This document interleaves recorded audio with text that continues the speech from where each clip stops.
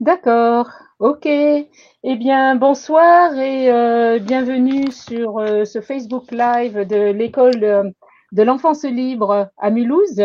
Ce soir, nous recevons Cyriaque Bessard, qui est enseignant depuis 2006 au sein de l'Éducation nationale et qui est directeur d'une école rurale multi-âge dans le Gers, qui comprend 3 classes.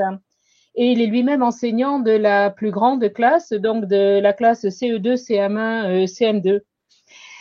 Et donc, Cyriaque, tu as lu le livre de Bernard Collot qui a théorisé une autre approche de l'école sous le nom de l'école du troisième type.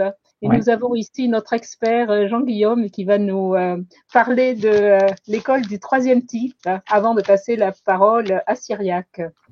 Oui, alors, Bernard Collot est celui qui a théorisé l'idée d'une école du troisième type. Alors, il n'a pas écrit qu'un seul livre, il en a écrit un paquet.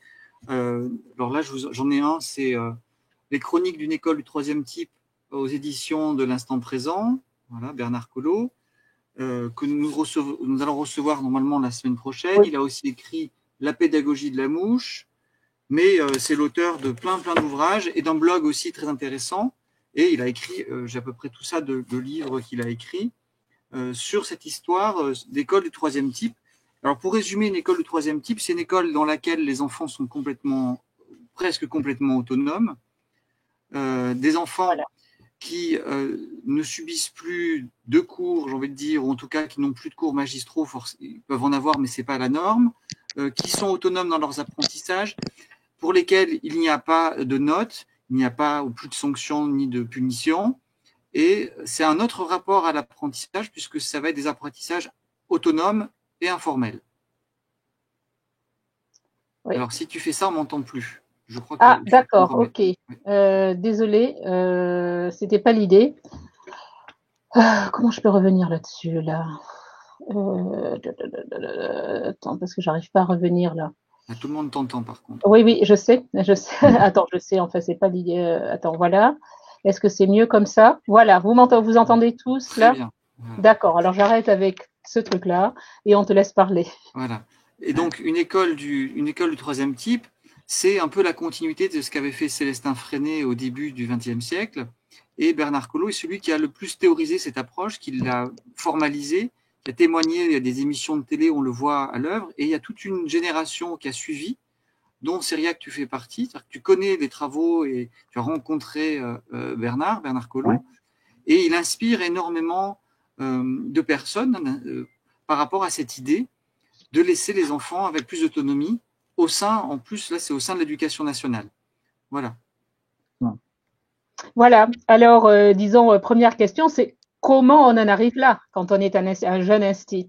Alors, ben moi, le chemin qui a été fait, c'était déjà un questionnement dès le départ sur voilà, le fait de penser qu'on pouvait tous faire la même chose en même temps au même moment dans une école, ça me paraissait vraiment compliqué. Donc pendant quelques années, j'ai tâtonné quelques expériences de Parce que tu avais fonctionnement. déjà, parce que tu avais déjà une école, tu étais déjà en multi-âge, tu avais déjà une école, une classe à plusieurs niveaux? Alors, oui, j'ai toujours eu, mais des petits niveaux, enfin des doubles niveaux. Souvent, on a Oui. nous dans le Gers, on a souvent des écoles avec des classes à 2 niveaux. Mhm. Et donc, quand j'ai fait mes premières années de formation, après la formation, voilà, c'était courant d'avoir 2 niveaux. Et voilà, et je n'étais pas satisfait de ce qui se passait dans la classe ou voilà, j'avais un rôle un peu ouais, comme si on sanctionnait des choses qui devaient être faites. Voilà, je passais un peu les choses à la moulinette. J'étais pas satisfait.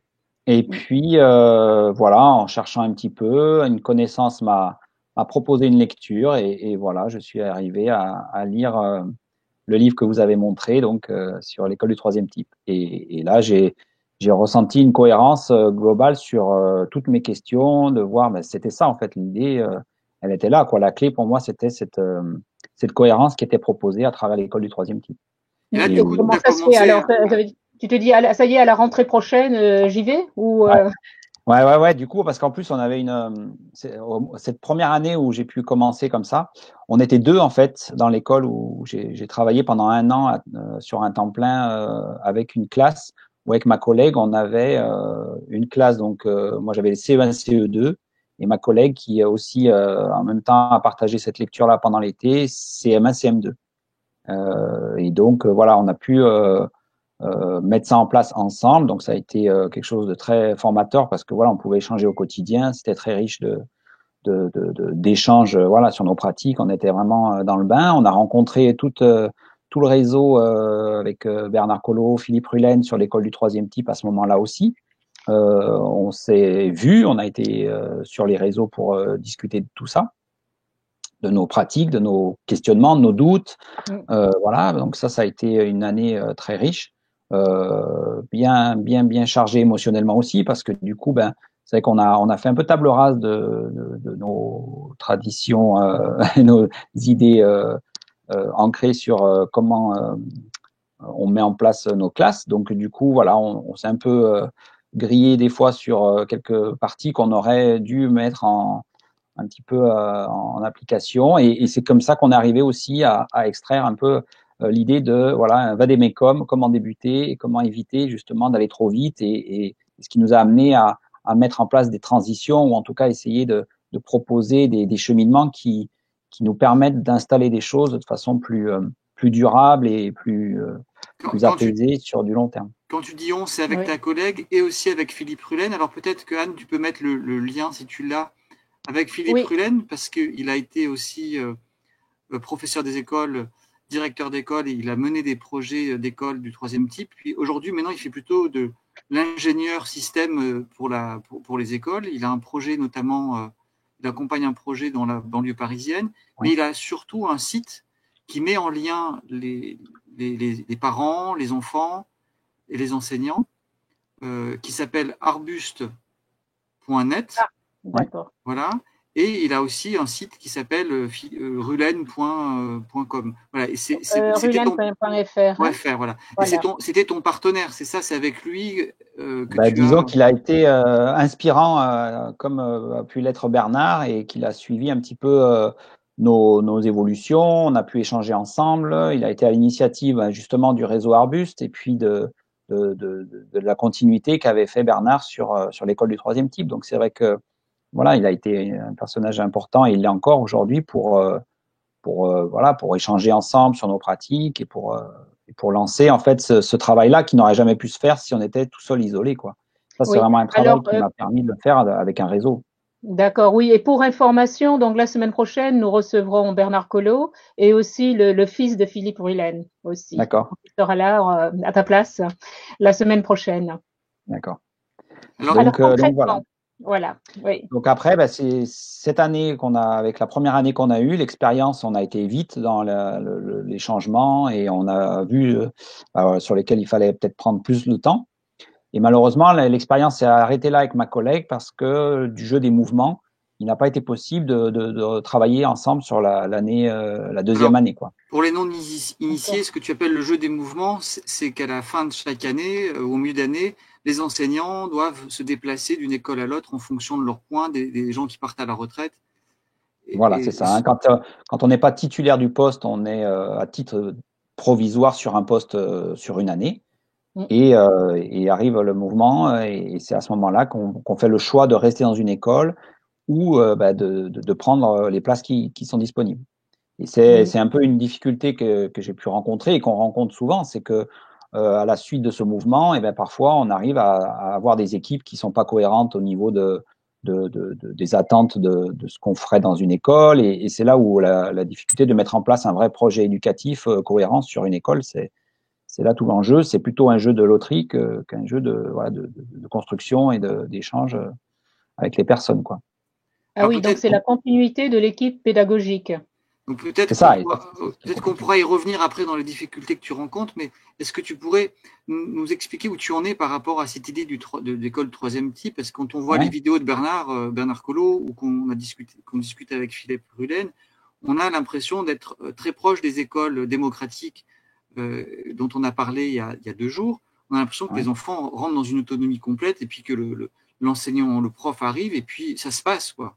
Les choses se déroulent, les enfants font des trucs tout seuls, ils apprennent sans qu'on ait l'impression de faire quoi que ce soit, ils ressortent de là, ils sont heureux, ils ont envie d'y retourner. Hein, parce que dans Ouais. l'école de Bernard Collot, les enfants voulaient aller à l'école. Hein. Au bout d'un moment, Ah oui, oui. l'école était ouverte pendant les vacances. Donc ça fait rêver hein, d'imaginer des enfants qui veulent aller à l'école même pendant les vacances. Alors, comment on arrive là? Comment on arrive là concrètement? Comment ça se passe? Quand est-ce qu'ils viennent? Alors, à quelle heure ils arrivent le matin? Voilà, alors moi pour l'instant, depuis maintenant 6-7 ans, je suis dans la même école, donc j'avais fait le choix suite au mouvement d'aller dans une école qui proposait du multi-âge de fait, puisque avec une petite structure, on avait les CE2, CM1, CM2 dans une même classe, quoi. D'accord, ce n'était pas la même école que celle dont tu parlais tout à l'heure avec ta non, collègue. Voilà, c'est ça. Donc j'ai dû changer Non, d'école et puis là, j'ai pu être titulaire à titre Mm. définitif de ce poste où je suis le directeur de l'école. D'accord. Et voilà. Et donc du coup, depuis toutes ces années, du fait du mouvement aussi, j'ai accompagné des élèves depuis la grande section jusqu'à cette année, ils sont arrivés en 6e. Donc voilà, ça a été aussi une chance de pouvoir les suivre comme ça. L'organisation a permis de suivre les élèves pendant toute leur scolarité, j'étais avec eux. Donc en septembre 2019, tu as eu la première rentrée d'élèves que tu suivais depuis la grande section. Première rentrée au collège. Ouais. On y reviendra. Ouais. Et donc voilà. Et donc du coup, pour arriver à ce que vous disiez sur des enfants qui sont autonomes, qui font les activités et qui se lancent pleinement là-dessus, et voilà, il faut organiser, il faut réfléchir, il faut créer tout un système en fait. Et c'est tout l'intérêt, je trouve, de l'apport de Bernard Collot sur le système vivant, sur l'école du troisième type, c'est qu'on est vraiment dans un fonctionnement où on va créer quelque chose qui au départ est artificiel, puisque du coup voilà, on est dans un espace qui n'est pas dédié à faire quelque chose de tout à fait naturel, comme si on était en pleine nature, mais on ramène un petit peu tous les éléments qui vont permettre de faire qu'un système vivant se mette en place au sein de l'école et au sein de la classe. Et donc, il y a toute une série de choses à prendre en compte, tout un aménagement, tout un travail de mise en route qui va faire qu'on aura des transitions à franchir au fur et à mesure de l'évolution du groupe, sentir le groupe et sans forcément dire dès le départ, voilà, on fonctionne avec, vous faites ce que vous voulez toute la journée et à la fin de la journée, vous rentrez à la maison à l'heure que vous voulez. Voilà. Donc ça recommence chaque année. Ça recommence. Oui, ça recommence chaque. Oui. Voilà, avec des élèves. En fait, maintenant, du fait du multi-âge aussi, on a les élèves. Au mois de juin, ils s'en vont et au mois de septembre, on recommence tout de suite sur les projets qui avaient été laissés en attente au mois de juin. Donc ça, c'est aussi une des forces du multi-âge, c'est de dire on recommence pas tout au mois de septembre, quoi. Ça doit les démanger, non? C'est une des clés, hein, du coup, c'est le multi-âge, c'est de faire en sorte d'avoir des classes avec différents niveaux. C'est vrai que c'est un des livres aussi de Bernard Collot. Il a développé cet aspect-là hein, dans un livre où il parle spécifiquement du multi-âge. Alors du coup, comment ça se passe quand une journée, quoi, comment s'organise quand les enfants sont habitués ou alors voilà, c'est facilement. Ça ne vient pas facilement au départ. En fait, il faut organiser les choses, faire en sorte qu'on leur donne des clés pour qu'ils deviennent autonomes et responsables pour choisir vraiment ce qu'ils ont envie de faire. Et donc ça passe par des temps ritualisés, des moments dans la journée où on fait telle activité, telle autre, pour arriver à petit à déconstruire.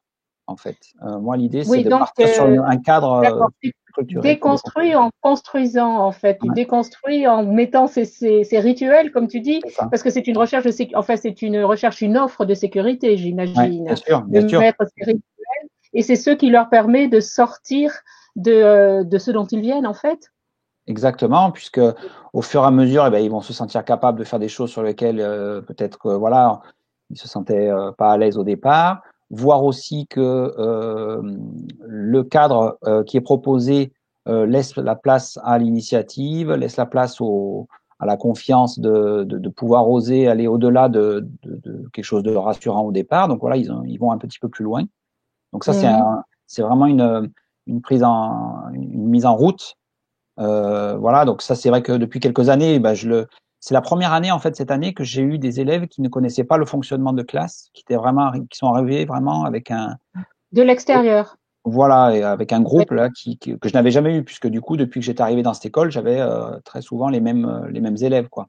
Oui, Combien d'accord. de temps Donc là, tu t'es retrouvé avec des élèves qui avaient l'habitude que le maître ou la maîtresse dirige tout. Exactement. Ouais. Exactement. Donc du coup, on avait l'habitude de dire, ben voilà, tu fais telle chose maintenant, et puis après tu passeras à la suite avec telle page, etc. Mm, Et, et on était juste dans la transmission des activités, quoi. mm. Donc c'est vrai que ça demande un petit temps de transition pour qu'ils puissent s'approprier ce système. Et ce que j'ai vu, la manière dont ça s'est déroulé, ça a été assez facile parce qu'il y avait la culture de classe avec les Oui. anciens qui ont transmis en fait toutes des règles qu'on avait déjà établies. Moi, des fois, j'avais oublié certaines règles qui étaient devenues implicites en fait. Ah ouais. Donc, on a des règles de vie qui sont inscrites, mais finalement, elles s'affichent plus au tableau ou elles s'affichent plus comme ça sur un mur parce que c'est C'est l'essence plus la même, c'est peine. qu'elles sont intégrées, quoi. Et donc, du coup, Mm. là, j'ai pu observer qu'effectivement, les anciens avaient intégré des normes et des codes qu'on avait mis en place dans la classe qui marchaient d'elles-mêmes, en fait. Voilà. Et c'est là où on voyait qu'on était vraiment dans un système qui va s'auto-réguler, quoi. Et Mm. là, tu rejoins ce que disait Bernard Collot, à savoir qu'à un moment donné, on se rend même plus compte des règles, parce qu'elles évoluent en fonction du groupe. Donc, il n'y a plus besoin de Ouais. les afficher, c'est le groupe Ah qui oui, s'est complètement. approprié les règles. Et t'as fallu combien de temps pour chaque année arriver à ce résultat-là? Parce que Ben, j'imagine moi, que c'est ça vraiment dépend. cette année. D'accord. C'est Mais vraiment cette année où j'ai observé ces changements. Donc, ça fait 5 ans que j'ai les mêmes Mm. élèves. Et c'est déjà arrivé qu'il y ait des enfants qui n'arrivent pas à s'approprier ce système plus libre. Ben, pour certains, c'est insécurisant et c'est là aussi où, et ben, du coup, moi, je suis plus proche des enfants comme ça où ils se sentent pas à l'aise au départ et je Mm. vais être au plus près d'eux, un peu plus régulièrement. On le sent vite après, on voit bien. Surtout que dans la classe, voilà, avec 20 élèves, on voit bien, il y en a quelques-uns pour qui ils ont vraiment plus besoin de nous. Et finalement, je vais me concentrer sur 4, 5 élèves qui auront peut-être des fois plus besoin d'être dans la présence de l'adulte, quoi. Et Mm. c'est ce qui rend aussi les choses plus efficientes, je trouve, c'est qu'on est vraiment efficace quand on est avec eux. Et là, je les accompagne beaucoup plus avec peut-être un degré d'autonomie qui est moindre, mais ils ont besoin de se sentir accompagnés. Comme ça les rassure. Ouais. Et donc, ils finissent tous par s'intégrer, par adhérer à ce système. Ah ouais, bah après, oui, oui. Pour moi, c'est vrai que on voit vite, et ça va assez vite en fait. Hein, même les nouveaux là, ils ont vite pris Mm. le rythme et l'ambiance de la classe, quoi. et cette ambiance Alors de peut-être pour classe, ceux qui nous écoutent, on parle d'une classe de combien de personnes, de combien d'élèves en tout? Tu as dit 20, Ouais, 5, alors 25, là, 30? cette année, on est 19. D'accord. Et c'est vrai qu'on a toujours eu, moi, des classes à un effectif en dessous de 20, quoi. Mm. Donc Ouais. ça aussi, c'est un privilège. On a aussi un espace en dehors de ma classe où on peut aller dans une pièce à côté pour faire des petites activités. Donc ça, voilà, on a des espaces en dehors de la classe, quoi. Il y a un petit préau aussi qui permet d'aller à l'extérieur. Voilà, donc ça, c'est à la et, fois le nombre et les espaces. et est-ce Mm. que l'ambiance fait que tu sens que tes élèves maintenant sont contents de venir? Est-ce qu'il y a une émulation ou est-ce qu'il y en a, tu sens encore que beaucoup d'enfants voient que l'école est difficile, ils n'ont pas envie d'y aller le matin, ou est-ce que là, quelque chose a changé? Ben non, enfin, moi, ça, je le sens plus. Enfin, ça fait maintenant longtemps, du coup, j'observe plus ces réticences. Non, je crois plus maintenant. Hein. Et même les parents, pour certains, ils m'ont dit waouh, ils ont changé, quoi. Nos enfants ont changé par rapport à ce qu'ils avaient, ce qu'ils étaient à la maison, quoi. Ils ont observé vraiment un changement. Voilà. Pour certains, ça a été. Alors je dis pas pour tout le monde, mais en tout cas pour certains parents, ils ont fait le retour en disant ouais, on le sent beaucoup, beaucoup mieux, plus apaisé. Voilà, ça. Oui, donc c'est le changement à la maison. Ce n'est pas uniquement le changement, l'attitude par rapport à l'école. Je veux pas y Ouais. aller ou autre chose, mais c'est aussi un changement qui est pratiquement permanent, tout le temps. Bah, pour certains parents, voilà, il y a eu ça, Oui. effectivement. Ça allait au-delà de la classe, en fait, et du coup, c'est transversal, quoi. La classe, c'est un lieu de vie, et l'enfant, voilà, il est aussi l'enfant sur toute sa journée, quoi. C'est pas un élève qui arrive et qui repart enfant, etc. Oui, c'est ça. Il n'y a pas un dédoublement de personnalité Mm. éventuel entre Ouais, l'enfant à l'école et l'enfant à la maison. voilà, c'est ça. Ouais. Et alors, bon, tu es au sein de l'école publique, Ouais. donc ce qui signifie cours, programme, Mm. inspection, tout ça. Donc, comment ça se passe à ce niveau-là? Par exemple, le Euh, cours, ils sont libres de choisir ce qu'ils veulent apprendre. ouais. Comment ça Euh, se passe? Il faut que tu montres quelque chose, que tu démontres des choses. Oui, bah alors, le temps a fait son affaire aussi pour que les familles aient confiance. Et puis moi, je fais des activités qui sont aussi, voilà, qui sont avec des fichiers d'autonomie, comme dans les classes freinées, par exemple. J'utilise des fichiers autocorrectifs qui permettent eh ben, de prendre voilà, le travail de façon individuelle à chacun. Ils vont avancer à leur Tu, rythme, tu utilises mais avec voilà. ceux de Pidapi, par exemple, ou des choses Alors, comme ça? par exemple, j'ai cet outil-là que voilà, je suis moyennement fan, je vous avouerai. Mais Mm. voilà, ça permet de rassurer certaines familles sur qui, voilà, il y avait, je sentais qu'il y avait des choses qui, voilà, il fallait institutionnaliser un peu plus des activités. Et là-dessus, voilà, avec Pidapi, on s'y retrouve. Et j'espère que ça sera une transition pour aller plus loin après. Mais pour l'instant, il y a cet outil-là, par exemple, qui m'aide. En sachant qu'aujourd'hui, je n'utilise plus que ça uniquement, et tout le monde est content d'ailleurs, même les élèves, ils en avaient un peu marre. Et donc, du coup, j'essaye de varier avec ça, avec des manipulations type les outils de Montessori, par exemple. Voilà, je fais un mix avec ça, avec et puis des activités qui vont créer eux-mêmes aussi maintenant, du coup.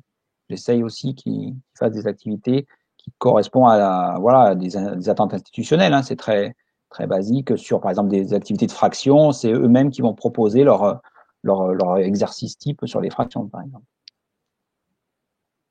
Donc voilà, à chaque fois, on jongle avec ces trois éléments, la manipulation, les activités institutionnelles, genre Pidapi, et puis Oui, des activités qui vont créer d'eux-mêmes. oui. Est-ce que tu fais encore des cours ou des leçons, ou est-ce que c'est pas important pour toi, puisqu'il y a d'autres façons, tu rentres avec eux dans les apprentissages par ce qui se Ouais. présente? En fait, s'il y en a qui me font la demande d'expliquer, à ce moment-là, peut-être qu'on retrouvera une leçon type voilà, traditionnelle où avec un petit groupe d'élèves ou avec un élève, je vais lui expliquer. Mais voilà, c'est souvent sur leur demande que je fais ça. Ou alors, quand j'ai vu que deux, trois élèves étaient en difficulté sur une activité, ben, je leur dis, venez, on va se mettre ensemble, on va prendre un petit moment ensemble. On utilise un tableau aussi de répartition de l'organisation de la journée, où il y en a qui s'inscrivent en disant, voilà, moi j'ai une difficulté sur tel domaine, voilà, alors je reprends l'idée des fractions, sur les fractions par exemple, j'aimerais bien qu'on m'aide. Donc à ce moment-là, le tableau nous permet de répartir qui a besoin de cette aide-là, et puis à quel moment on va le faire. Et dans la journée, on se retrouve à un moment donné pour faire ça. Et ça peut être tout à fait quelque chose d'assez frontal, hein, du coup. Voilà, c'est pas un problème pour moi aussi de dispenser une connaissance de cette manière-là, quoi. Mais parce que, voilà, ils en ont fait la demande et on est en petit groupe. Ok, quand tu dis frontal, ça veut dire que tu te retrouves presque dans une position Ouais, d'instinct ouais. traditionnel, Oui, oui. Ouais, ouais. classique. Voilà, c'est ça. Après, voilà, ils demandent une explication, je leur montre, on se retrouve sur une table ronde, hein, c'est pas. Oui. Voilà, ça reste. Mm. Mais oui, c'est possible aussi, du coup. Hein, Ouais. Il y a, ça il y a n'empêche pas. je vois qu'il y a une question qui est intéressante, c'est qu'il Ouais. y a une pression, il y a une pression qui est quand même là, puisque tu es dans l'éducation nationale, qu'il y a un résultat, que les enfants sachent Ouais. lire, compter. Comment tu fais pour à la fois laisser des grands espaces de liberté et laisser émerger de la spontanéité dans les apprentissages, et cette pression où il faut qu'ils sachent à l'arrivée lire, écrire et compter? Ouais. C'est vrai que voilà, on est toujours dans cette activité où on dit on va leur laisser le temps, mais en même temps le temps nous rattrape des fois sur le contrainte institutionnelle. Donc moi ce que je fais, du coup par exemple chaque semestre on fait une évaluation type évaluation nationale. Ah oui. Donc là c'est vraiment un truc que moi j'utilise depuis quelques années. Et ça rend compte, voilà, que ça fonctionne. Parce que du Et ça, coup, c'est toi qui le fais volontairement. ouais, C'est toi qui l'as mis en place. ouais, ouais, Mm. ouais.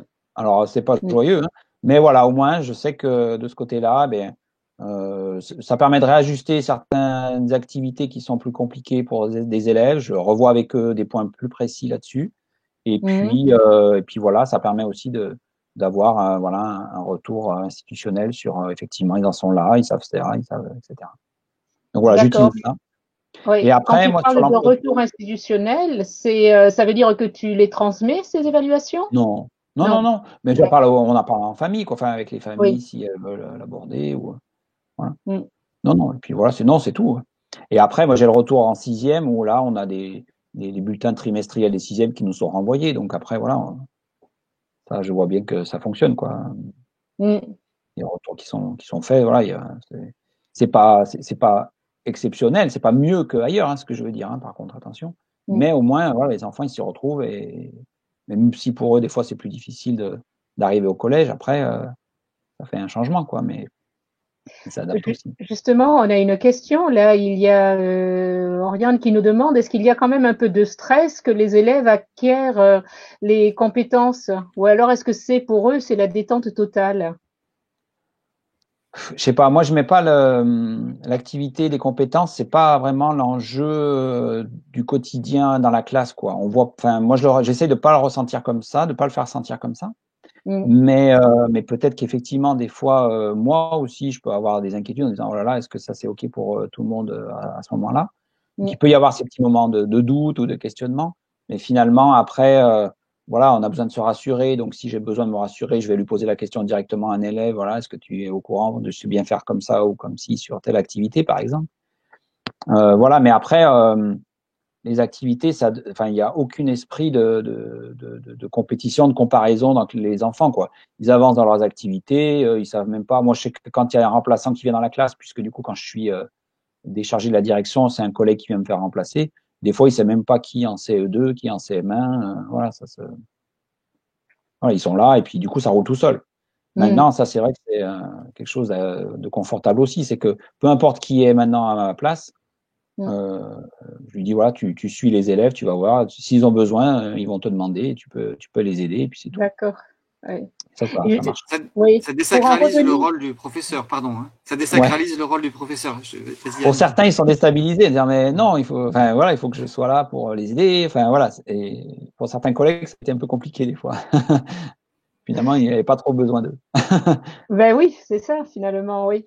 Mais justement, ça avait pris combien de temps? Là, tu parlais de ce groupe d'élèves qui était arrivé tout frais, tout neuf à la rentrée. Là, ça a pris combien de temps, cela, pour qu'ils soient justement complètement autonomes, disons? Ben là, maintenant, on voit, ils ont bien compris et ils se sont appropriés tout le fonctionnement.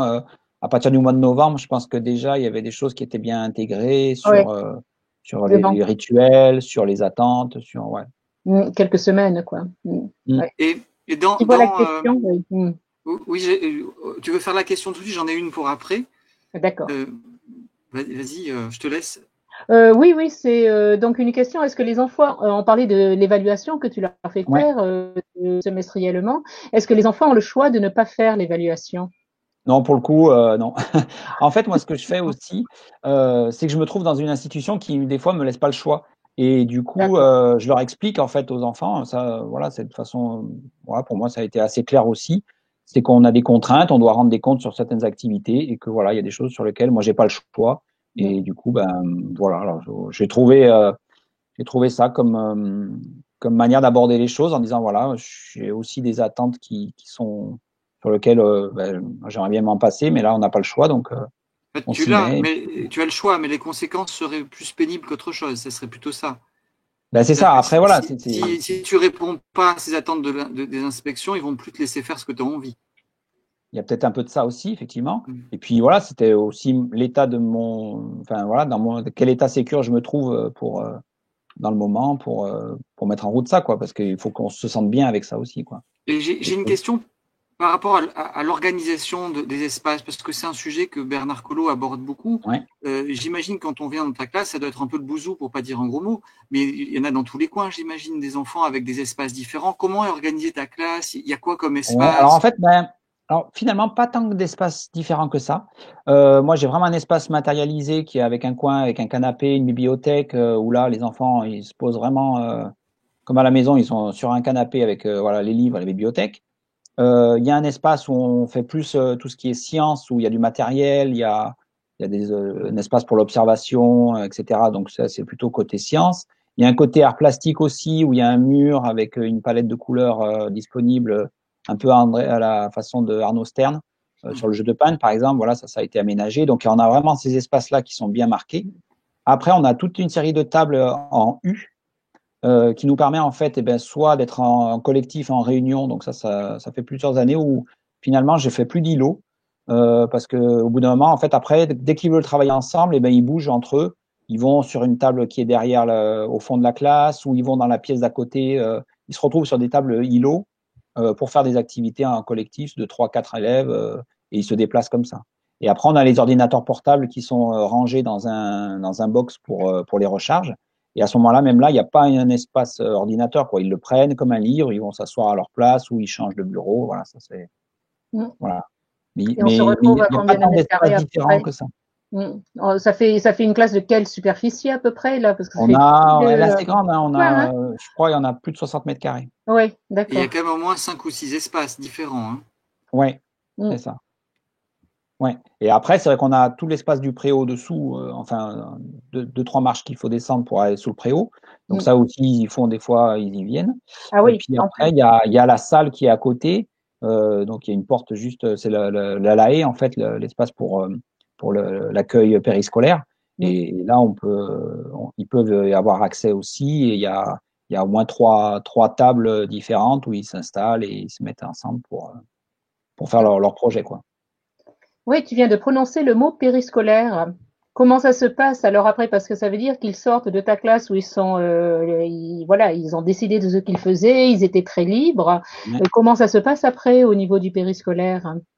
Eh ben, ils ont un autre cadre qui les attend en fait. Voilà, pour l'instant, on n'arrive pas à avoir un projet Ah qui ouais, permettrait de fluidifier l'arrivée des enfants du matin jusqu'au soir. Donc voilà, ça c'est pour l'instant une fois on a terminé notre journée par la réunion qu'on fait en fin de journée. Voilà, les choses s'arrêtent et après ils vont faire. Alors petit à petit, il y a des. Moi j'ai un piano par exemple dans la classe et donc il y a certains élèves qui sont venus. Ça, moi la porte est ouverte, hein, mais ils sont venus pendant le temps périscolaire dans la classe pour jouer du piano par exemple.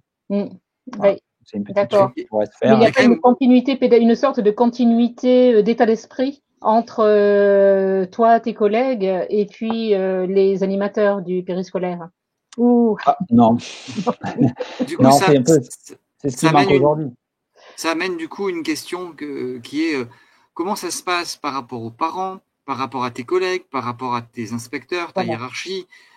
Qu'est-ce que ça amène? Parce que toi, tu t'es déconstruit de l'idée qu'il fallait faire des notes, des cours, des programmes, etc. Et tu as laissé souffler un vent de liberté. Mais autour, ils en sont où? Ben voilà, je vois, il y a une question là de Manu est là. Ouais, effectivement, là, ben on pointe du doigt un petit peu les difficultés de l'institution, quoi. C'est-à-dire que non, c'est pas agréable parce qu'on n'a pas quelque chose de cohérent mis sur l'ensemble de l'école. Et moi, je me trouve isolé en fait par rapport à ça vis-à-vis de mon activité. Il y a des incompréhensions et effectivement des critiques, etc. Donc ouais. Mais pas de la part des parents. Ben, pas vraiment. Il y a certains parents qui ont des peurs de savoir qu'ils vont arriver dans ma classe, leurs élèves. Ah oui? Ouais, certains. Hein. Même s'ils viennent d'une autre classe multi-âge? Ouais. Non, mais voilà, on est vraiment. Il y a des choses encore à travailler sur la manière dont on aborde les apprentissages et du coup, voilà, ça c'est vraiment quelque chose qui me. Mais en même temps, voilà, ça me met en difficulté aussi puisque du coup. Moi, j'ai pas envie de faire des choses contre les familles, quoi. Hein. L'idée, Oui. c'est vraiment d'intégrer l'ensemble des personnes sur l'école, mais de fait, ça devient, il faut prendre parti pris, quoi, presque. Et du Et coup, en tu quoi fais, ça te met en oui. difficulté? Voilà, tu fais comment? C'est toi-même que ça met en difficulté? Parce que après tout, tu as le retour, tu disais, de ceux qui sont déjà arrivés en sixième. Ouais, Donc c'est bien sûr, ouais. différent. Ouais, bien sûr, mais du coup, ça n'empêche pas que, voilà, ça, au sein de l'équipe enseignante, ça reste compliqué, quoi, du coup, à gérer voilà, voilà. Et je suis un peu embarrassé pour en parler parce que voilà, c'est au quotidien que ça reste compliqué. Oui, Ouais. Et tant que voilà, tant qu'il n'y aura pas un vrai projet construit derrière sur quelque chose d'une visée commune, c'est ce qui est compliqué. Et on voit sur pour certaines familles que du coup, ça se ressent aussi dans les maisons, que qu'effectivement, on n'est pas sur la même longueur d'onde. d'accord. Oui. Est-ce que tu es assez outillé, toi, tu as l'impression pour pouvoir accueillir ces difficultés des parents, ces peurs des parents, les difficultés de tes collègues, ça fait beaucoup de choses à surmonter. Hein. C'est comme des Ouais, courants contraires. Est-ce que toi, c'est tu ça. sens que tu as assez de ressources ou Mm. est-ce que l'institution au-dessus te soutient ou il te laisse faire en attendant, tu vois? Bah, pour l'instant, moi, j'ai pas eu de soucis hein, avec l'institution. avec l'inspecteur notamment. Voilà, je sais pas dans quelle mesure je pourrais être soutenu jusqu'où, mais en tout cas aujourd'hui, voilà, puis j'arrive à prendre du recul, à lâcher aussi certaines idées et envies pour être un peu plus serein dans mon quotidien, quoi. Parce que aussi je veux préserver ma vie personnelle et ne pas en faire ma vie professionnelle doit pas déborder sur ma vie personnelle, quoi. Donc voilà, j'essaye maintenant d'avoir un peu de recul et de mesurer mon enthousiasme. Je l'ai perdu un peu, je vous avouerai, mon enthousiasme sur mes premières années, mais voilà, j'essaie de maintenir les choses pour que ça avance parce que je sais que ça c'est cohérent et j'ai une démarche professionnelle qui on ne veut pas m'enlever, quoi. Oui, justement, voilà, tu parlais d'institution et ça mène à parler peut-être d'inspection. Tu es souvent inspecté. Comment ça se passe par rapport Non, non, non, j'ai par été rapport à ça? inspecté ouais, une fois, je crois, Oui, au début d'ailleurs de ma mise en route. oui, Et l'inspectrice nous avait dit, faut pas trop parler Bernard Collot, on va plutôt parler de pédagogie différenciée. d'accord. Voilà, Avançons cachés, restons cachés pour être ouais, tranquille, c'est quelque ça. chose comme ça. Voilà, Plutôt, oui. voilà, Bon, c'est assez sympa de sa part finalement. voilà, et voilà. Et puis bon, aujourd'hui, voilà, moi je suis assez au clair aussi avec les discussions de l'inspecteur. Il connaît mon Ah point de oui. vue, ma démarche, hein, donc voilà. Enfin, je veux dire, je fais pas, je me cache pas de dire comment ça se Mm. passe dans la classe, mais voilà, du coup, c'est pas. Moi, je trouve ça dommage des fois d'entendre des problèmes de l'école en disant, ben en fait, moi, il me semble que la clé, elle est là, quoi. Ouais. On l'a cette clé hein, pour solutionner des choses qui débordent voilà, qui vont plus dans une classe, quoi. Ouais, C'est-à-dire que ouais. C'est la cour. tu sens que tes inspecteurs pourraient être réellement à la base d'une transformation de l'école, mais là, ils ne jouent pas le jeu de prendre appui sur toi finalement, puisque tu Ouais. donnes l'expérience que ça marche, Mmh. et plutôt que de dire, ben, regardez ce qu'il fait, allons le voir, ils préfèrent obéir aux instructions où on leur dit appliquer telle méthode d'apprentissage qui est basée sur les neurosciences ou je sais pas quoi. Enfin, là, Mmh. c'est moi qui extrapole un peu. Ouais, je sais pas. Après, moi, j'en fais pas trop. Voilà, enfin, je vais pas trop loin dans les discussions avec l'inspection. Voilà, je fais mon petit bonhomme de chemin au sein de l'école et voilà, je cherche pas non plus à absolument montrer que c'est un chemin qui est favorable à prendre, quoi. Mm, mm. Mais alors justement, en parlant du petit bonhomme de chemin que tu as fait, si tu avais devant toi quelqu'un qui est très, disons, enthousiasmé, hein, qui a le feu sacré par rapport à ces idées-là, qui a lu les Mmh. livres de Bernard Collot, etc., Ouais, et qui veut commencer, là, qu'est-ce que tu lui dirais ouais. concrètement? Alors maintenant, Et je dirais aussi, prudence. prudence, Ouais, je dirais prudence. oui, Non, mais voilà, prudence et par puis de rapport à partir quoi? Oui, mm. bah, par rapport à la manière dont il va déconstruire les choses, quoi. Parce qu'en fait, D'accord, moi, ce que j'ai pu observer, c'est que il faut aussi que les parents intègrent ce qui va se passer dans la classe. Et on oui, a nos représentations sur voilà des choses qui sont faites de façon tout à fait conventionnelle dans l'école, comme on a été élève aussi, etc. Donc du coup, il y a des choses à décortiquer peut-être petit à petit et de passer par des zones de transition qui vont passer par des temps.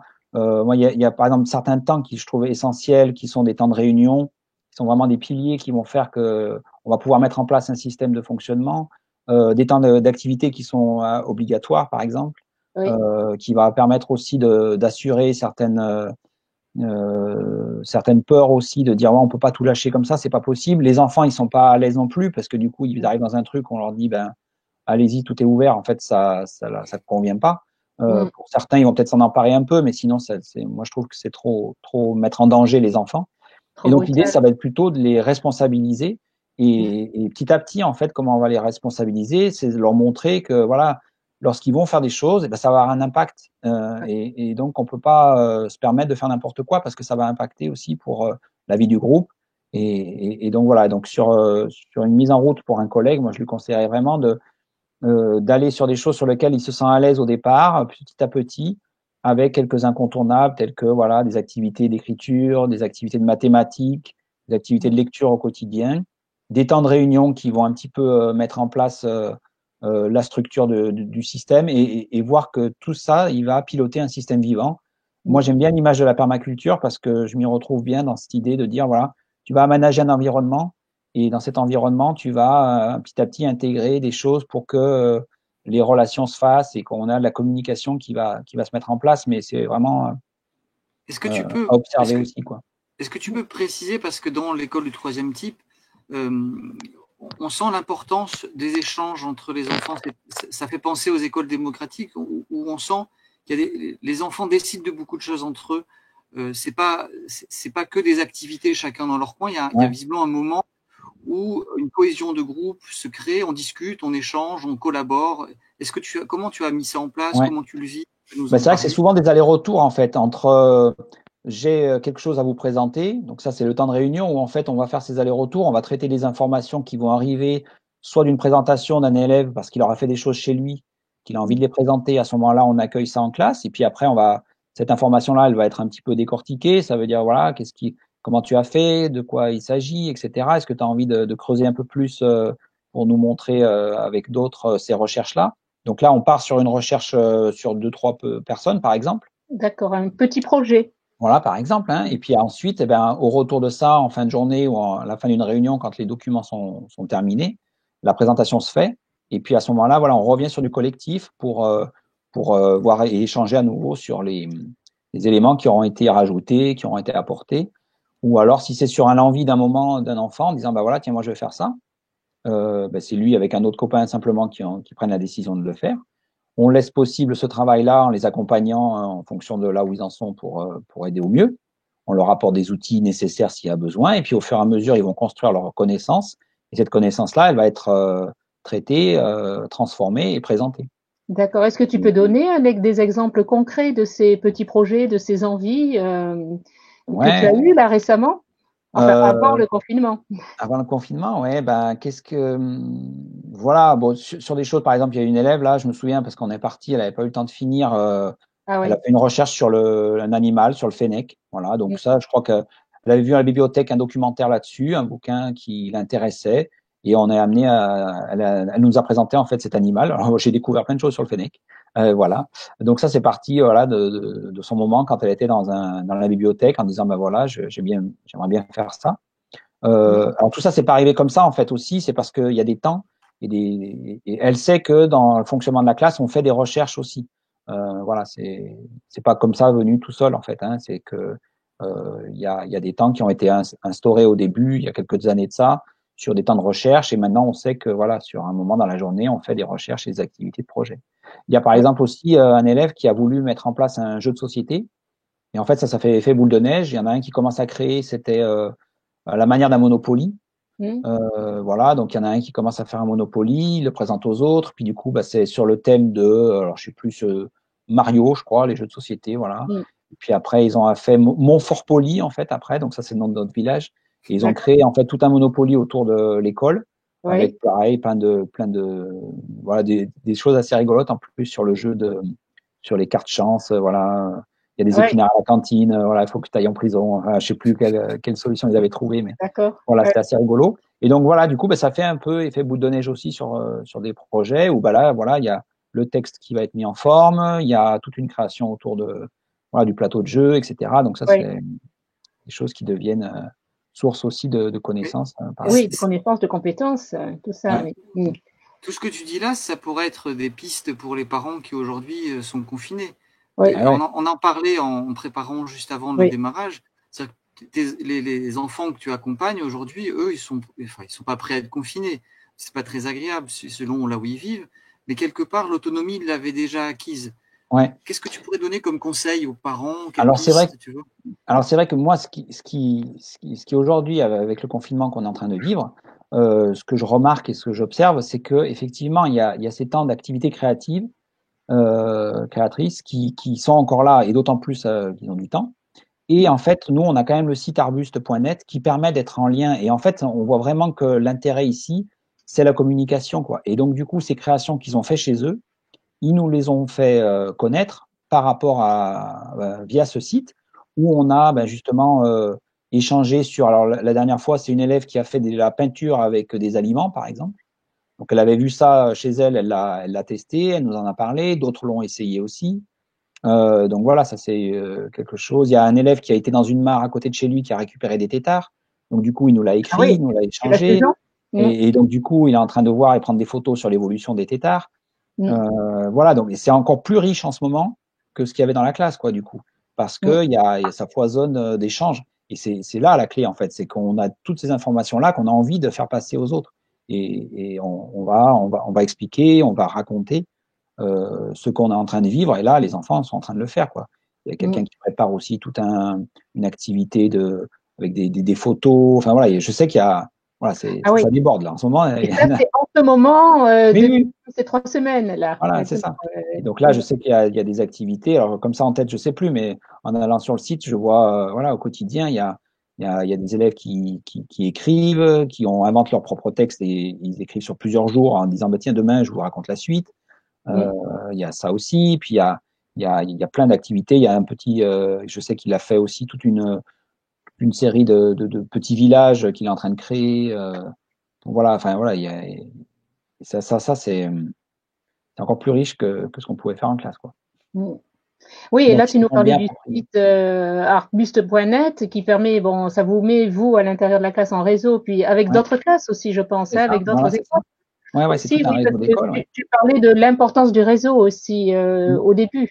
Ouais. Là, parmi les conseils à donner à un ou une jeune collègue qui voudrait se lancer dans cette aventure. Ouais, bah c'est vrai que le jeu du réseau, faut pas rester isolé, quoi. Quand on veut faire ça, c'est important de pouvoir échanger. Et du coup, là, il y a un site, enfin, on échange avec une boîte d'échange mail, en fait, hein.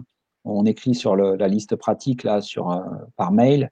Et on se pose des questions, on tâtonne, on se dit, voilà, moi, j'aimerais bien faire comme ci, qu'est-ce que vous pouvez me dire pour lancer telle activité, etc. Oui. Alors, juste pour précision, Philippe Rullen a créé Arbuste, qui est une liste d'échanges qui peut servir pour les professionnels et qui peut aussi actuellement servir pour les parents et les enfants confinés. C'est une sorte de lieu de foisonnement, d'échange, de partage de connaissances, de savoir. Ça fonctionne sous le principe d'une arborescence et c'est très touffu, j'ai envie de dire, comme possibilité. Et avec le confinement, ça a vraiment explosé. Donc c'est un outil pratique d'utilisation des écrans pour échanger, dialoguer, écrire, voilà. Ça crée de la stimulation chez les enfants. Exactement.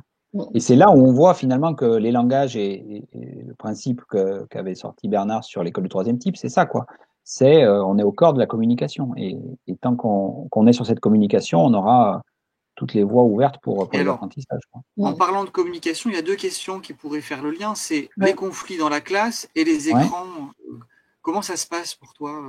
Alors, nous, dans la classe, on a 6 PC portables qui sont en libre accès.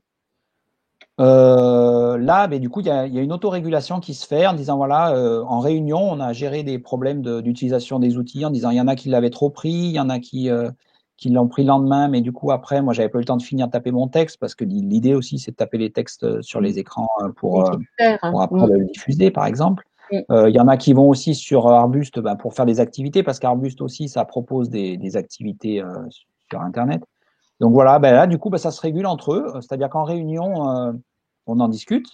Moi, j'essaye d'être garant de la discussion, mais sans trop m'impliquer, par exemple, là-dessus. Moi, j'ai pas une attente particulière sur les ordinateurs. Donc, je leur dis juste, voilà, qu'est-ce que vous proposez? Donc là, par exemple, la dernière proposition qui avait été faite concernant les ordinateurs, c'était l'élève qui l'avait utilisé pour faire des activités sur Arbuste ou pour faire des recherches. Et le lendemain, il le laissait, l'ordinateur, il ne le prenait pas, sauf exception s'il avait besoin de taper son texte pour une recherche, pour finir son texte.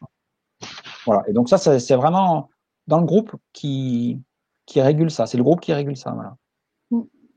Et ça, moi, je trouve intéressant qu'on arrive à permettre ces régulations-là au sein de réunions collectives, quoi. Oui, donc il règle un peu. Vas-y, Anne, je poserai ma question après, vas-y. Non, vas-y. Alors, ça veut dire que dans ta classe, les conflits et les conflits se régulent par eux-mêmes et on n'est plus dans ce qu'on voit quand les enfants sortent à la récréation, ils défoulent dans tous les sens, tapent dessus. C'est pas ce que non, en fait, nous, on a une fiche où les élèves vont inscrire par exemple, le problème de l'ordinateur, par exemple. C'est un élève qui l'avait écrit sur une fiche qui est affichée dans la classe. Et il sait que le jour de la réunion, on va évoquer son problème à ce moment-là. Donc en fait, du coup, déjà, son problème-là, il va être pris en compte. On va différer le problème, on va pas le faire sur le coup de l'émotion. Donc ce problème-là, il va être traité en fin de semaine. Et donc après, on va trouver des solutions collectives, quoi. Et ensuite, sur les conflits entre enfants, il y a eu un moment aussi, par exemple, où quelqu'un voulait faire une boîte. Il a été proposé qu'on note sur papier, dans la boîte, le conflit qu'il y avait eu, etc. Et puis finalement, petit à petit, cette boîte, elle a été mise en place. Moi, j'allais voir les papiers, je lisais les papiers. Bon, il y a quand même toute une pratique de message clair ou en tout cas de communication non violente que j'ai instaurée depuis plusieurs années. Donc, j'essaye à chaque fois de travailler sur les émotions. Au quotidien, on essaye de voir ce qu'on ressent pour exprimer vraiment les émotions de chacun, prendre en compte et que le fait que voilà, on soit dans cette démarche de communication non violente. Et donc, du coup, par exemple, petit à petit, ces papiers, on s'est aperçu que ça restait artificiel et qu'il n'y avait pas besoin de ça finalement. Et là, aujourd'hui, cette boîte, elle sert plus, quoi. Donc voilà, à chaque fois, c'est souvent comme ça. On met en place quelque chose et puis petit à petit, ça se régule et finalement, il n'y a plus besoin de ça enfin, ça a eu besoin le temps d'une transition, quoi. On Donc a les une conflits autre sont gérés comme question ça de là. façon non violente et Oui. Oui, et puis il n'y pas a pas régler les choses besoin bien. de cacher, de mettre dans une boîte. En fait, ça peut se régler Oui, de voilà. personne à personne, face à face. Ouais. Et Et donc tu ça, parlais aussi d'une distanciation émotionnelle, en fait, aussi, donc peut-être un mécanisme, une habitude que prennent les enfants, justement, au niveau, bon, c'est peut-être pas le meilleur mot, mais de la gestion de leurs émotions, de la ouais. manière dont ils vivent leurs émotions. Voilà, c'est vrai que j'essaye d'accompagner au mieux ça avec des présentations de livres, des présentations de lecture sur les émotions en fait. Donc ça, c'est un travail que je fais de façon ritualisée là depuis quelques années. Donc même là, je sais plus quand c'est un livre qui a été présenté peut-être il y a 2, 3 ans sur les émotions, mais voilà, ça a toujours son effet de garder ça en tête, même si les derniers arrivés n'ont peut-être pas relu ce livre-là que j'avais eu entre les mains il y a quelques années. Je crois que c'était une BD de Armella, j'aime beaucoup, du coup, sur les émotions. Et là, on utilise encore la roue des émotions, par exemple, au quotidien pour parler. Et donc, c'est vrai qu'après, ils arrivent à se dire, voilà, aujourd'hui, je me sens comme ça et j'ai besoin de telle chose, quoi. Et entre eux, voilà, ça permet, en fait, moi, des fois, je fais le lien, le médiateur avec eux pour reposer Oui. ça. En début d'année, notamment, ça s'est produit avec des nouveaux élèves. Et puis, finalement, maintenant, ça y est, je n'ai pas refait de médiation comme ça façon demandée et importante. Oui. On a une autre question là aussi attendez, là voilà, je la fais apparaître aussi, qui est par rapport à la connexion à la nature. Bon, Ouais. tu es en milieu rural, mais Ouais, en milieu rural. Alors moi, ce que je fais en fait, dans un fonctionnement comme on a aujourd'hui, moi c'est pour revenir un petit peu sur des choses sur lesquelles on a des obligations et après on a des parties un peu plus libres. Je fonctionne sur quinzaine, c'est-à-dire qu'une semaine on fait des activités qui sont un petit peu plus cadrées et régulées dans un emploi du temps, et l'autre semaine où c'est plus ouvert, où les temps qui sont obligatoires sont faits de la manière dont les enfants ont envie de l'aborder, quoi. Et donc sur ces temps obligatoires, en fait, on fait une sortie en forêt. Donc tous les mercredis, tous les 15 jours, on part en forêt et on va faire des activités pour renouer avec la nature, avec voilà les activités sur la manière un peu des forest school, quoi. Donc ça, moi, j'utilise ça et on voit notamment, voilà, l'autre fois, la dernière activité avant qu'on soit en confinement, c'était aller chacun avait trouvé son arbre et essayer de trouver un endroit qu'il le trouvait apaisant, qui pouvait voilà se recentrer sur voilà. Le film, le documentaire L'autre connexion t'a inspiré Voilà, exactement.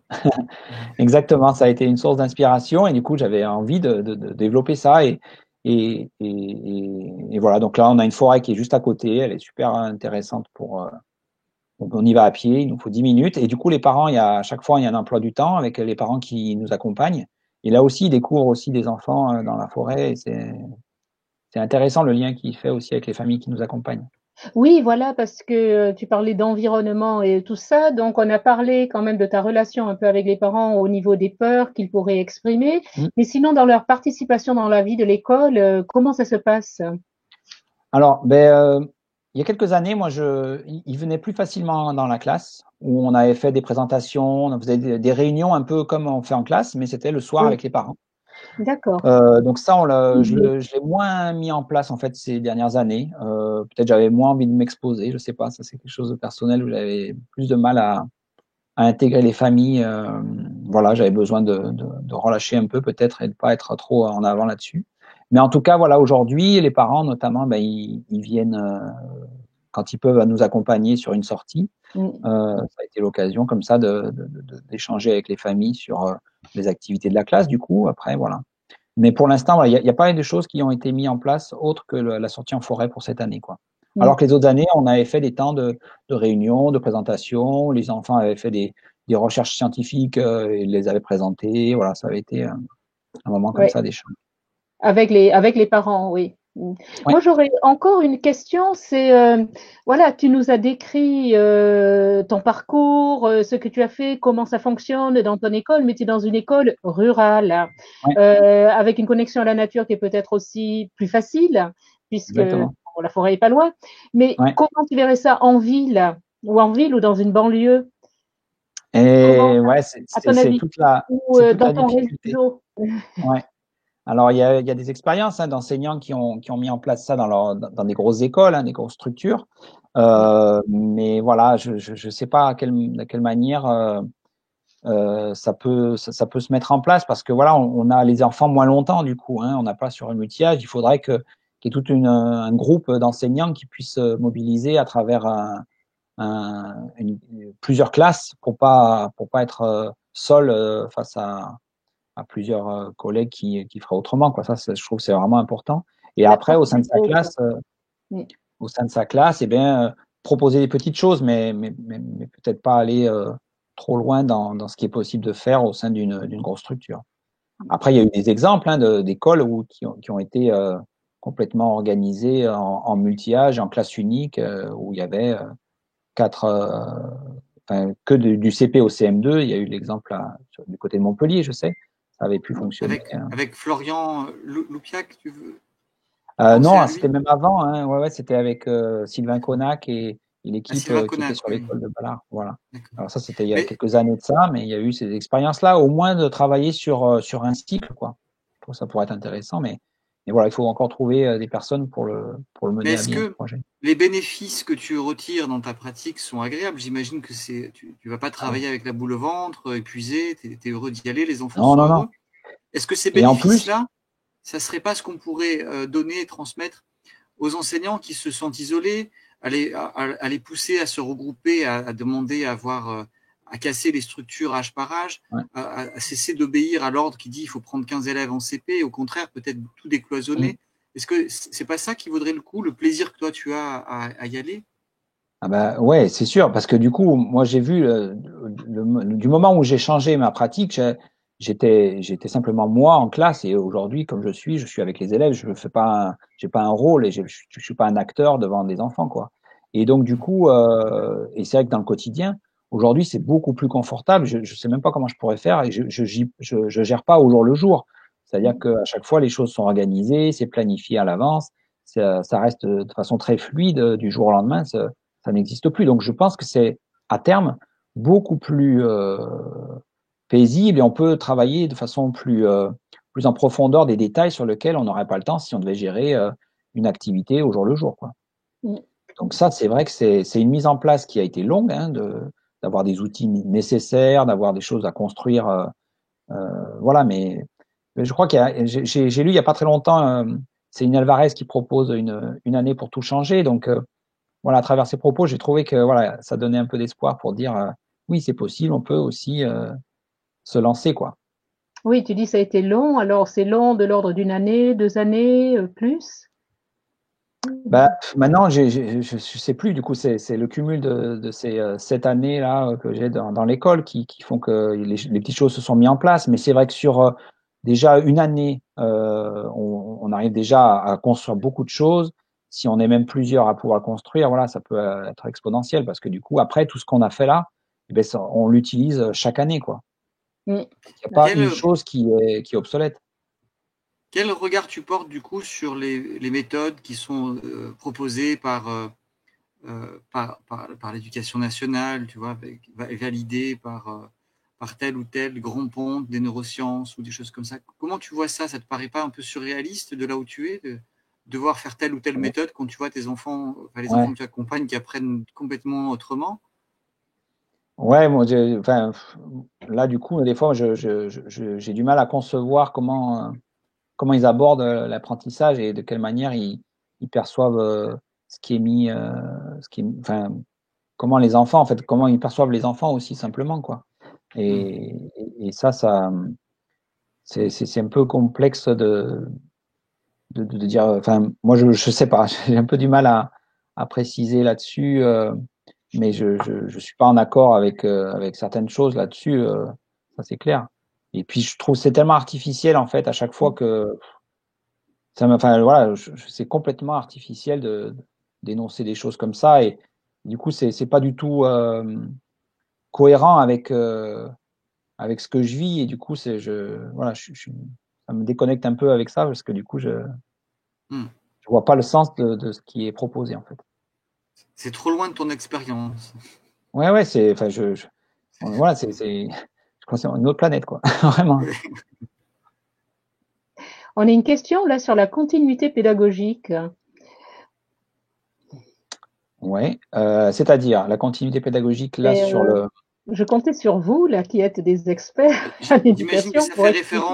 ça fait Mm. référence au propos du À ministre l'actualité. qui a dit qu'il fallait Ouais, une ouais, bah continuité là, pédagogique Ah, pendant le oui, confinement. ouais, pendant le confinement. mais c'est Ah, un ah. petit peu à l'image de tout de ce qu'on disait de façon artificielle, quoi. C'est-à-dire que la continuité pédagogique, alors je vois des familles là autour de moi qui sont pas dans mon école, mais des parents d'élèves que je connais dans d'autres écoles où en fait la continuité pédagogique, ça va être de fournir tous les jours par mail 15 fiches de travail à faire ou des choses complètement voilà, délirantes, quoi, où les parents ils sont n'en peuvent plus de faire des fiches. Enfin, voilà, alors, si la continuité pédagogique, c'est juste alimenter comme ça et balancer des feuilles au quotidien, voilà, ça c'est une aberration je comprends même pas ce que ça signifie. Mais pour moi, l'activité, enfin la continuité pédagogique, ben, c'est de permettre aux enfants de poursuivre leur élan, de poursuivre leur activité. Donc moi, ce que je dis aux familles en ce qui concerne ma classe, c'était de dire, voilà, ben, et c'est même les enfants qui ont dit, ah ben non, on pourrait faire le journal de bord de notre confinement. Je dis, bah ouais, voilà, Mm, c'est une bonne idée de, mm. voilà, communiquer, quoi. En fait, la continuité pédagogique, elle est là-dedans. Oui, et d'après ce que tu nous as Communiquez-nous dit, ce ça que vous faites, foisonne. Mm. et là, on aura des ressources. Et j'ai des familles comme ça qui m'ont dit au téléphone, en fait, quand ils font leur texte, ben voilà, finalement, on a fait la conjugaison, on a fait l'orthographe. Je dis, bah oui, vous voyez, même si vous voulez pousser un peu, vous dites, bah tiens, au lieu de dire, je suis en train de jouer dehors, j'ai dit, bah mon frère et moi, nous sommes, et puis voilà, hop, on a trouvé la transformation à faire. Et qu'est-ce qui se passe quand on change d'écriture, de sujet, quoi. Mais voilà, et je pense que peut-être les parents, là, ils s'en rendent compte aussi qu'effectivement, une continuité pédagogique, c'est pas juste plaquer, plaquer et compiler des sommes d'activités de fiches, quoi. Mm. Oui, Parce que ça n'a pas de sens. Et les parents, on voit bien le voir au bout d'un moment, ils tiennent pas. Parce que voilà, c'est pas vivable, c'est pas en lien avec la vie de leurs enfants. oui, et puis ils ont des enfants qui se retrouvent, bon, confinés, mais autonomes. Voilà. Et après, moi, ici aussi, la continuité, ça a été de dire, ben voilà, ils ont déjà des outils qui leur permettent d'être autonomes dans ce qu'ils font. Donc, voilà, encouragez-les à continuer voilà, la pratique du site Arbus, par exemple, où ça a été l'exemple. Mais après, voilà, ils savaient que tous les jours, ils produisent des textes. Continuer à produire des textes, voilà. Mm, mm. Oui, c'est Ça ça. s'est Les fait, enfants n'ont pas voilà. besoin de cette autorité par-dessus qui leur Ouais, dise ouais. que faire. Non, ouais, c'est ça. Oui. Et ça a déstabilisé certaines familles où ils imaginaient avoir ce rôle-là. Ben, c'est-à-dire qu'on en a tellement pas entendu parler à la radio que tout le monde Ouais. allait et tout ça et tout ça. Voilà, Ils les se disent, parents, ils font figurez-nous. l'école. Ouais. Voilà. Et Mais du alors, coup, toi, en tant que directeur, ça se passe aussi comme ça dans les autres classes de ton école? et non, non. Voilà, ça fait partie des choses où malheureusement, voilà, on touche à une difficulté sur la continuité, ouais. Mm, Non, c'est pas exactement la même chose. ouais. C'est une des limites de l'éducation nationale, c'est que elle ne permet pas forcément d'avoir de rassembler les Mm, esprits qui ont envie de faire la même chose. mm, Ouais. Elle gère d'autres aspects de manière plus mécanique, Oui, voilà. notamment sur les mutations, sur les choix des enseignants. La personne va vouloir habiter là où elle a sa maison et on ne va pas chercher à regrouper les enseignants Ouais. par, par Par un affinité projet, ouais, de réflexion et de ouais, vision. exactement, Est-ce, ouais. est-ce qu'il faudrait que le directeur ait plus de pouvoir? Ben moi, je trouve que ça apporterait de la cohérence au moins dans ce qui est proposé. Voilà. Et après, ça, c'est un gros débat sur l'école aujourd'hui et l'école publique, quoi. Mm. Mais effectivement, aujourd'hui, moi, je vois, je suis en difficulté par rapport à ça. C'est-à-dire que on se retrouve entre personnes qui on peut pas construire quelque chose et du coup, ça, ça, ça nuit aux enfants, du coup. Mm. Donc, au bout d'un moment, voilà, il faut peut-être se demander, voilà, qu'est-ce qu'on pourrait faire pour rendre cohérent un travail d'équipe, quoi. Et je pense que dans une entreprise, on fonctionnerait jamais comme ça, par exemple. Oui. Se mettre des personnes dans une telle opposition, hein, c'est contre-productif, quoi. Donc, voilà. Si on veut aussi essayer d'être efficace pour les enfants, je pense que. Mais est-ce qu'il n'y a pas besoin aussi de déconstruire chez les inspecteurs, chez les parents, chez les enseignants, ce que c'est que vraiment l'école, puisqu'on a une telle vision hiérarchique Ouais. descendante que tout le monde obéit. Là, tu as déconstruit ta vision, ta façon de faire. Est-ce que c'est pas en leur montrant, en les faisant venir, en expliquant qu'ils vont pouvoir accéder à cet autre paradigme dans lequel tu as mis un pied? Bah, c'est vrai que ça permet de toucher du doigt que oui, on peut travailler dans un rapport horizontal, de relations horizontales et qu'on n'est pas toujours en train d'être là sur un rôle dominant-dominé, quoi. En tout cas, c'est ce que j'essaie de permettre. Mais après, voilà, moi, je crois que il faudrait une grosse lame de fond là pour que des choses bougent comme ça. En tout cas, à titre personnel, maintenant, j'essaye parce que je sais que ça peut me mettre en danger, voilà, de façon personnelle. Et du coup, j'ai pas envie non plus de prendre mon bâton de pèlerin et d'aller absolument convaincre tout le monde parce que c'est trop laborieux, quoi. Donc, je fais les choses. Il y en a, chez qui ça va parler et du coup, ben voilà, ils vont permettre de rebondir et je vais permettre d'accueillir ça. Est-ce que tu es prêt à accueillir des enseignants ou des gens qui auront envie de voir comment tu fais dans ta classe? Parce que c'est le meilleur moyen ouais. de les persuader que ce que tu fais est pertinent. Il n'y a rien à faire. Il suffit de montrer et de regarder. J'imagine qu'on Ouais. s'en rend compte tout de suite. Et oui, L'ambiance oui, doit bah, être j'ai très eu détendue. l'occasion de le faire, hein. On a déjà eu Oui. l'occasion, des personnes voilà, qui préparaient une thèse aussi, qui est venue observer, et qui a été agréablement surprise de voir que les choses qui se passaient dans la classe, quoi. Et du coup, c'est même riche d'enseignement, le fait de pouvoir avoir quatre yeux dans la classe, où elle Mm. observait que même si j'étais pas là, en fait, il y avait rien qui changeait dans la classe. Je devais m'absenter pour aller faire un papier, je sais plus, à mon bureau, enfin, je sais plus, il y a des moments où j'étais pas dans la classe avec les enfants, mais ça posait aucun souci. Et les enfants étaient là pour. Enfin, il n'y a rien qui changeait, quoi. Donc ça, elle m'avait fait le retour là-dessus, par exemple. Mm. Ça serait un moyen de déconstruction, enfin de diffusion de ce que tu proposes assez facile sans que toi Ouais. tu aies besoin de te mettre en danger. Mm. Comme l'a fait Ah Céline oui, oui. Alvarez, par exemple. Céline Alvarez, elle a dû démissionner. Et oui, oui, voilà, c'est ça. Il faut une énergie C'est une grosse incroyable. énergie et c'est quelque chose de très, très fort, ça, hein. Et voilà, aujourd'hui, j'essaie de aussi préserver mon espace personnel. Et tes enfants, du coup, eux sont déscolarisés, tu nous as dit. Ouais. Comment ils vivent ce que tu sais faire? Comment ça se passe, du coup, avec eux Mais, ce que tu ramènes de cette façon d'être? du coup, c'est un petit peu pour eux, voilà, aujourd'hui, l'idée de ce que je fais en classe aussi, c'est-à-dire on échange, on construit des choses pour communiquer. Ils le vivent aussi au quotidien là en ce moment et, et voilà. Et du coup, pour eux, l'idée, enfin, c'est un peu difficile pour prendre en compte le fait que voilà, on fait pas que l'école à la maison, même si nous, par exemple, avec nos enfants, on fait des activités ritualisées, obligatoires, effectivement aussi. Mais voilà, et ils sont très contents de vivre ce qu'ils sont en train de vivre en ce moment, quoi. Okay. Je sais pas si j'ai répondu à la question, mais Oui. Oui. Oui, ce que je comprends, c'est que ce que tu as intégré, ta femme l'a intégré aussi, ou ta compagne ou la mère de tes enfants, et ah oui, oui. ensemble, vous le partagez avec vos enfants, du coup, c'est plutôt agréable. Oui, et puis enfin, aujourd'hui, on vit tout simplement des choses comme ça. Enfin, c'est devenu, c'est pas un rôle qu'on a, c'est notre quotidien. Donc voilà, il n'y a pas quelque chose de cloisonné à travers ça, quoi. On fait notre. Et moi, dans mon activité professionnelle, voilà, ça reste cohérent aussi avec ce que je veux faire dans mon façon professionnelle, quoi. Mm. Oui.